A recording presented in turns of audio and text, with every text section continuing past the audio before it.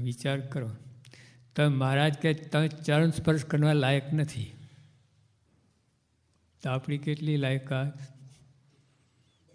તો જો આપે છે ચરણ આપે છે નહીં, આપણા ચરણ માથે ચડાવે છે. હા, એટલું યોગીઓમાં દંડવટ કહે યુવકોને. વિચાર કરો, હરિભક્તોના સામાનને દંડવટ કરે, શાસ્ત્રીમાં જે ડબ્બાને દંડવટ કર્યા ગયો. કેવું કહેવાય? તો ક્યાં આવા? એટલે એમનું ઋણ બધું આ જોવાય તો એટલી અદ્ભુત વસ્તુ. આનાથી કોઈ મોટી વસ્તુ ખરી? ત્યાં ભવ રોગમાંથી, આ જન્મના રોગમાંથી છુટકારો થાય એની મોટી કોઈ વસ્તુ ખરી? તો જો એટલે આ વસ્તુ હવે સમજાય ને તો શું ના થાય ને, બધું વિચારાય થઈ જાય. હવે બીજી વાર તમે જુઓ, શ્રીજી મહારાજ પૃથ્વી પર આવ્યા, મનુષ્ય રૂપે આવ્યા, બહુ દયા કરી. બીજા કોઈ રૂપે આવ્યા હોત ને તો સજાતી પણ ના થાત. જે આપણે એકદમ અધ્ધર આવ્યા હોત તો આપણને બીક લાગે કે ભૂત હશે કે શું હશે. અરે મહારાજ આયા પછી પણ સંતોમાં અંદર ડખાડખ થતી. કોઈ કે મહારાજ મોચી છે, 250 સંતો એમ માનતા મહારાજ મોચી છે. લો, એમાંથી ઊંચા ના આવ્યા. એટલે ભગવાન પછી મોચી હોય ક્યાં પ્રશ્ન છે? પછી મારે પોતાનું કુળ તેડાવવું પડ્યું છપૈયાથી, પછી સાબિતી આપીને પછી સંતો માને કે ના મહારાજ. હવે જો આવું હોય તોય મોચી કરતા, હવે અધ્ધર આવે તો શું કરે? ભૂત જ માને ને. એટલે મનુષ્ય રૂપે આવ્યા એટલે આપણે એમ સાહેબ સુવાણ થઈ શકે, બોલાચાલી થાય, ઇન્ટરેક્શન થાય, એ આપણે એમના ટેક કરીએ, આપણા ટેક કરે, બધું થઈ શકે. સેવાંગીકાર કરે બધું. યોગીઓ પણ બોલ્યા હતા ગઢડામાં, દારૂ તો મહિના સુધી ખાવ નહીં, દારૂ તો મહિના શું નહીં, પણ તમને સેવા ક્યાંથી મળે? જ્યાં ભગવાન પૃથ્વી પર આવ્યા મનુષ્ય રૂપે એટલે આપણે બધી, અને મનુષ્ય રૂપમાં રાજા રૂપે નથી આવ્યા, એક સામાન્ય ઝૂંપડપટ્ટીમાં જન્મ લીધો. લાખોને પોતાનું યોગ. અત્યારે પ્રેસિડેન્ટ, આપણે હિન્દુસ્તાન પ્રેસિડેન્ટ તરીકે પ્રમુખ સ્વામી હોત તો કેટલાને જોગ થાય? કેટલી બંદી. અમે નંદા સાહેબનો યોગ હતો ને ઓળખાય તોય 7 ચોકી વટાવીને 2 મહિના પછી એપોઇન્ટમેન્ટ મળી, અને 5 મિનિટ માટે. લો, તો કેટલાને જોગ થાય? તો ભગવાન ને સંત એકદમ ગરીબમાં ગરીબ એવી રીતે જન્મ લીધો ને, અવતાર લીધો ને કે લાખોને ભેટો થઈ છે. એટલે જે એ રીતે હવે સજાતી થયા. એ તો ભગવાન આવે પણ સજાતી તો શું કરો? બરાબર છે, સારું છે, પણ છતાંય આ ઋણ છે ને, જો એક મનુષ્ય રૂપે આવ્યો ભગવાન, બહુ મોટી વાત કરી. પછી એ તો સર્વોપરી મહારાજ કે હું મારા મહિમાન પારને પામતો નથી, તો તમે શું કરવાના હતા? કોને મહિમાન? ભગવાન પોતે કે હું મારો મહિમા કહેવા રાખું તો પાર ના આવે, એવા ભગવાન મળ્યા છે. હા, અમે કોઈ ઉપર બીજી સત્તા જ નથી, એવા ભગવાન. આ બધી વાત સાચી, પણ ગુણાતન સ્વામી જો ભગવાન સ્વરૂપરી પણ પ્રવર્ત્યું ના હોત તો. જો આજે તમે છે ને આ નિષ્ઠાની વાત કેવી છે, તમે સ્વામિનારાયણની માળા ફેરવો, સ્વામિનારાયણની પૂજા કરો, સ્વામિની ઉપાસના બધું કરો, સ્વામિનારાયણ સર્વોપરી ના માનો તો અક્ષરધામની પ્રાપ્તિ ના થાય. હા, મારા સ્વામિનારાયણ, ભજન સ્વામિનારાયણ, પૂજા સ્વામિનારાયણની, આશરો સ્વામિનારાયણનું બધું જ, પણ ભગવાન સર્વોપરી ના માનો તો અક્ષરધામ પ્રાપ્તિ ના થાય. તો ગુણાતન સ્વામી કેટલી અસલી વસ્તુ કરી. સર્વોપરી પ્રવર્તન લાખોને અક્ષરધામના અધિકારી બનાવી દીધા. એ ઋણ ઓછું છે? મારે ફેરો પડત. પછી ભગતજી, એમને અક્ષરને ઓળખાયા, અક્ષરરૂપ થયા હોય એના પુરુષોની ઉપાસના થાય નહીં. હા, જો ભગતજી શાસ્ત્રીમાં ના કહું કે તારે સ્વામિનારાયણ કઈ રીતે ભજ્યો છો, ઉપાસના કઈ છે કે સર્વોપરી, એમ સર્વોપરી નહીં, એ તો અડધી ઉપાસના કહેવાય. મૂળાક્ષર ગુણાતીત થઈ માનો પછી આખી ઉપાસના ભજન પૂરું કહેવાય. જો તો જ્યાં ભગતજી આ ઉપાસના પ્રવૃત્તિ અક્ષરને ઓળખાયા, હા, અને એના માટે કેટલો દાખલો કર્યો, કેટલું તો ખપી ગયા, કુરબાની, આ બધું સ્વામીની જીભ ભરીને ભગતજીને દેહ ભર્યો, એવું કરી આપો. એ શાસ્ત્રીમાં આ ઉપાસના પ્રવૃત્તિ કેટલો દાખલો કર્યો. એકવાર એમને સમજાઈ ગયું કે આ છૂટકો જ નથી. આ ઉપાસના એના કોઈ ઉપાસનાથી બ્રહ્માંડની પાર જવાય એમ નથી, બ્રહ્માંડ ભેદાય એમ નથી. આ ઉપાસના જ અક્ષરરૂપ થઈને પૂર્ણ ઉપાસના, એ ઉપાસનાથી જ જન્મનો અંત આવે ભેદાય. એટલે એમને કમર કસી કે આ બસ આ સેવા કરવી જ પડે. મારી ઈચ્છા ખરેખર જો શાસ્ત્રીમાં જો આ પ્રગટ ના થાય તો મારે ફેરો પડત, બીજી વાર આવવું પડત. હા, એમ કે ખૂણ્યું જ્ઞાન કહેવાય. આ જુનાગઢમાં જ હતું જ્ઞાન, એ આગળ વધતું જ નહોતું. સ્વામીએ ચરોતરના ચોકમાં લાવીને મૂકી દીધો. ત્યાં શાસ્ત્રીએ કેવું ભવ્ય કાર્ય કર્યું. આટલો તો દાખલો, આટલું બધું સહન કરીને આમ તેમ બધું કહીને પણ આપણે આ વસ્તુ આપી દીધી. પછી યોગી અપાય, એકદમ સુલભ બનાવ્યું. મારે તો રોજ ભજન કરવાનું કહ્યું છે, પણ સ્વામી જોયું ગયા કે રોજ ના થાય તો રવિયાની સભા ઊભી કરી. કેટલા practical, something better than nothing. અને આજે રવિયાની સભા એટલે તો કેટલો દિવ અવસર. રવિયાની સભા આપણે અઠવાડિક સભા જ્યાં જ્યાં થતી હોય, કેટલો દિવ આનંદ થાય છે. બધા રાહ જોતા હોય, કેવી મજા આવે છે. પછી ઘર સભા, પછી આ તમારે પ્રમુખ સ્વામી, પછી આ ભીડો બેઠો, આ મંદિરો કર્યા, સાધુ બનાવ્યા, હરિભક્તો બનાવ્યા. અને કેવા હરિભક્તો બાળકો, ગૌરવ લઈ શકાય એવા.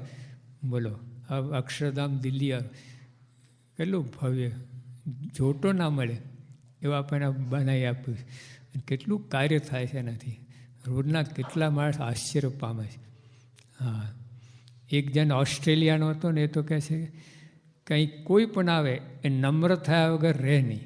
લો, હજી બધું જોઈને એને નમ્રતા આવે જ એને. હા, અંદર હલી જ જાય. ઓસ્ટ્રેલિયન એ લખે છે, ક્રિશ્ચિયન માણસ છે, પણ એને આવું લખ્યું છે. એટલે આવું તો બધા ઘણા બધા ઉદ્ગાર બધું છે. એટલે આ બધું આમ જોતા જઈએ. અને આ તો આ લોકના ઉપકાર કોઈ ઓછા નથી સ્વામીના. આપણે આ ભુજમાં બધું પછી સેવા કેવી રીતે સ્વામી જો ભુજમાં ધરતીકંપ થયું, આ લોકો તો સમજે ના સમજે ગમે એમ બોલે, સ્વામીની પરવા નથી કરી. હા, જો આપણે કેટલ કેમ્પ વખતે સંતોએ કહ્યું કે સ્વામી મહિના પછી શરૂ કરશું. સ્વામી તો આકરા થયા. ઢોર મર્યા પછી કરવાનું શરૂ, અત્યારે શરૂ કરો. બધી મુશ્કેલી બધું દૂર કરીને આ કાર્ય શરૂ કરો. અને પછી સ્વામી કે આ તો અન્નકોટા વર્ષે ધરતા નહીં, આ ભક્તિ જ છે. આ અને ઠાકોરની સેવા કરો, એ રીતે માઇન્ડ સેવા કરજો. કોણ આવું કે અંતરથી આ બધી વાત આવે. સાહેબ લંડનમાં રાત્રે ધૂન કરતા હતા. નારાયણચંદ સાહેબ કે આ કોણ બોલ્યા? જો સ્વામી પ્રાર્થના સ્વામિનારાયણ પૂછે કે સ્વામી કેમ અત્યારે સાહેબ કે દેશમાં વરસાદ નથી. એટલે કોને પડી હોય તો મનમાં બીજું કોઈ વિચાર, પોતાના માટે વિચાર જ નથી અમને. હા, આપણા હરિભક્તો એના માટે જ જે શાસ્ત્રીય યોગીઓ માટે કહેતા કે યોગી તો હરિભક્તોની વાટ જ જોતા હોય. લો, બાપાએ બોલ્યા કે હરિભક્તોની સેવા પરિચર્યામાં જ ભગવાનની મૂર્તિનું સુખ છે. આ એ ભાવનાથી આ લોકો કર્યું છે. એમને એમ સેવા નથી કરી, મજૂરી નથી કરી. મુક્તન ભગવાનનું રૂપ સમજીને સેવા કરી છે. પ્રમુખ એ રીતે જ કરી રહ્યા છે. આપણે એ રીતે જ જોયા છે. તમે નથી શીખવાડ્યું કે બાળકમાં યોગીઓ આપવા જુઓ. લો, તો એ નહીં જોતા હોય, આપણને ક્યાં શીખવાડ. તો એ આટલી ઊંચ ભાવનાથી આ સેવા પણ કઈ ભાવના એના ઉપર આધાર છે. આ ધરતીકંપ ભુજમાં સ્વામી કહ્યું કે કોઈને ઓછું ના આવવા દેતા. એવું કહ્યું કે તમારું છે તમને આપીએ છીએ. કોઈને એમ ના લાગે ભીખ માગવી પડે. લાઈનમાં બધાને સ્વામી આવી થાય. પછી ટિફિન સ્વામી કે કેટલા નહીં આવે ટિફિન, 1500 ટિફિન રોજ જતા હતા બોલો. પછી સ્વામી કહે નખ વધી ગયા છે, નેલ કટર આપો. આ કોણ આ ચિંતન, કોને બધું થાય? કેટલી ડિટેલમાં સ્વામી બધું જાણે. રોજના રાતના 11 થી 12 સ્વામીનું જે આખું ભૂત સૂઈ ગયું હોય તો સ્વામી જાગે અને જગાડે કાર્યક્રમ.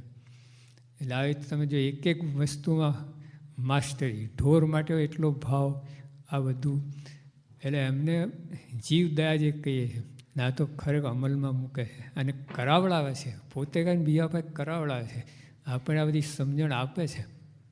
એટલે આમ જોતા જઈએ ને, જો વિચાર કરે તો આપણે શું ના થાય. હા, જો મારા વખતમાં સંતો ખપી ગયા, 3000માંથી 800 સંતો તો આ લોકો મારી નાખ્યા, ઢોર મારીને, રીબાઈને. પણ કોઈ નમતું ના મૂકે. જોયું છે કોણ મળ્યા છે, કેવા ભગવાન મળ્યા છે, શું ના થાય. હીરાદાસને તો આખા શરીર ડામ આપ્યા હતા, અને તો જાય ઓલા જગા મેળ્યું બાળક 12 વર્ષનો લો યા હોમ કહી દીધું, પણ નામ ના છોડ્યું. તો જે આ બધું આપણે આખું ઇતિહાસ જોઈએ તો આપણું સમર્પણનું જ ઇતિહાસ છે. આ સત્સંગ તો જો તો હરિભક્તો સંતો ખપી જ ગયા છે. તો આપણે પણ આ ગુરુ દક્ષિણા વાત સમજાય તો કંઈ બહુ મોટી વાત નથી. આપણી ગુરુ દક્ષિણા હોય, જો હવે અંગૂઠો માગતા હોય, પણ સ્વામી આટલું જ કહે છે, સત્સંગ ના છોડે એ ગુરુ દક્ષિણા છે. ગમે એ મુશ્કેલીઓ આવે, ગમે માન અપમાન થાય, કદર થાય ના થાય, કોઈ તમે પૂછે ના પૂછે, બોલાવે ના, પણ સત્સંગ છોડો જ નહીં. તમે એમાં તમે બાળ કાર્ય કરે તો આપણું કાર્ય ગમે એમ થાય, વિચાર ના આવે, કાંઈ મૂકી દઈએ, ઓછું કરીએ, 5 મંડળ ચાલે તો 3 મંડળ કરી નાખે, એવું વિચાર જ ના આવે કોઈ નહીં. કોઈ મુશ્કેલ નહીં, એ ગુરુ દક્ષિણા જ છે. હા, આપણે બાપાને જેમ કાર્ય કરી બતાવીએ, હા, બાળ મંડળ એ ગુરુ દક્ષિણા છે. હા, જરાય ઓછી નથી. અંગૂઠાથી વધારે વસ્તુ છે. અંગૂઠાથી એકવાર કાપી નાખ્યું, આ તો રોજ અંગૂઠો કાપવાનો, રોજ. એટલે મોટી વાત છે. પછી નિયમ ધર્મનું પાલનની દ્રઢતા. હા, જો મારે પોતે વાત કરીશ, પોતાના ઈષ્ટદેવ જે નિયમ આપ્યા એને શિર સાટે સૌ વાપર્યો છે, પાલન કરે. જો એ ગુરુ દક્ષિણા જ છે. હા, આ તો રોજ મરવાનું, તો એક જ વાર મરી જાય તો રોજ મરવાનું, તો મોટી વાત છે. એમને બીજું કાંઈ જોઈતું ને તમારે. અને આમાં તો આપણને જ લાભ છે, આપણું જ ઘડતર થાય છે કે નહીં. આપણે એકાંતિકપણું આવી રહ્યું છે આ બધું કરવાથી, આપણે અક્ષરરૂપ બની રહ્યા છે. એટલે જો ઋણ તો ચૂકવાયું છે જ નહીં, પણ છતાંય માની લે છે. એમ ઠાકોરીના આપણે થાર ધરીએ છીએ. હવે તમે ઠાકોરીને થાર ના ધરો તો તમે ભૂખ્યા રહેવાના છો, ઝાપટવાના જ છીએ આપણે તો. પણ તમે ભગવાન ધરીએ એટલે ભગવાન માની લે છે કે મારા માટે કર્યું, ભગવાન દયાળુ છે. બાકી તમે ધરો કે ના ધરો તો પોતા માટે ઝાપટવાના છે. હવે તો જે એટલે માની એમ ભગવાન આ બધી સાધના આપણે કરીને આપણું પાત્ર મોટું બનાવવાનું છે, કરવાનું છે, પણ છતાંય માની લે છે કે મારા માટે કર્યું. પછી નિષ્કલંક સેવામય જીવન. હા, કોઈ કલંક ના લાગે આપણે આ સેવામય જીવનમાં, અને એકદમ લોકોએ પણ કોઈ આંગળી ના ચીદામ ના કરે એવું જીવન એ ગુરુ દક્ષિણા જ છે. તન મન ધન કુટુંબ પરિવાર ન્યોછાવર કરે. કોઈ માગતું નથી, પ્રમુખ સાહેબ કહેતા નથી, પણ તારે મનમાં એ તૈયારી, આવો ભાવ એ ગુરુ દક્ષિણા છે. એ ગમ્મત થઈ. અમદાવાદમાં યોગી આપવા છે હરિભક્ત આવ્યા. સ્વામી બધું ઘનશ્યામ લેખે બધું. સ્વામી 4-5 થાપ ખુશ થઈ ગયા. શાસ્ત્રી કે જોગી પૂછો તો ખરા કયો ઘનશ્યામ? સ્વામી તો મારો દીકરો જ ને. તો એના બેઠો બધા કરે જ છે, એમાં શું મોટી વાત છે. આનંદ જન્મથી એ જ કર્યું છે, ન્યોછાવર થઈ ગયા છે. આ જન્મ આમના માટે કરવાનું છે.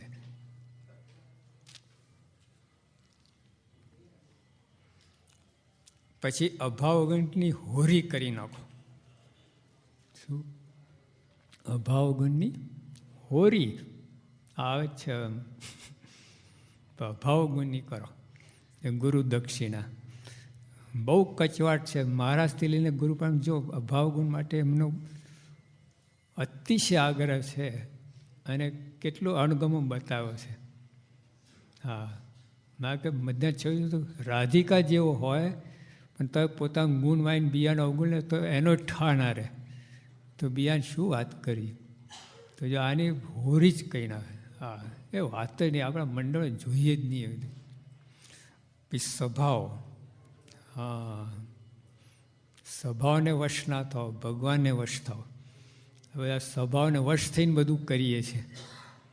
એમની માગણી આટલી જ છે ગુરુ દક્ષિણામાં, મને વશ થઈને. મનનું ધારું ના કરો, એમનું ગમતું કરો.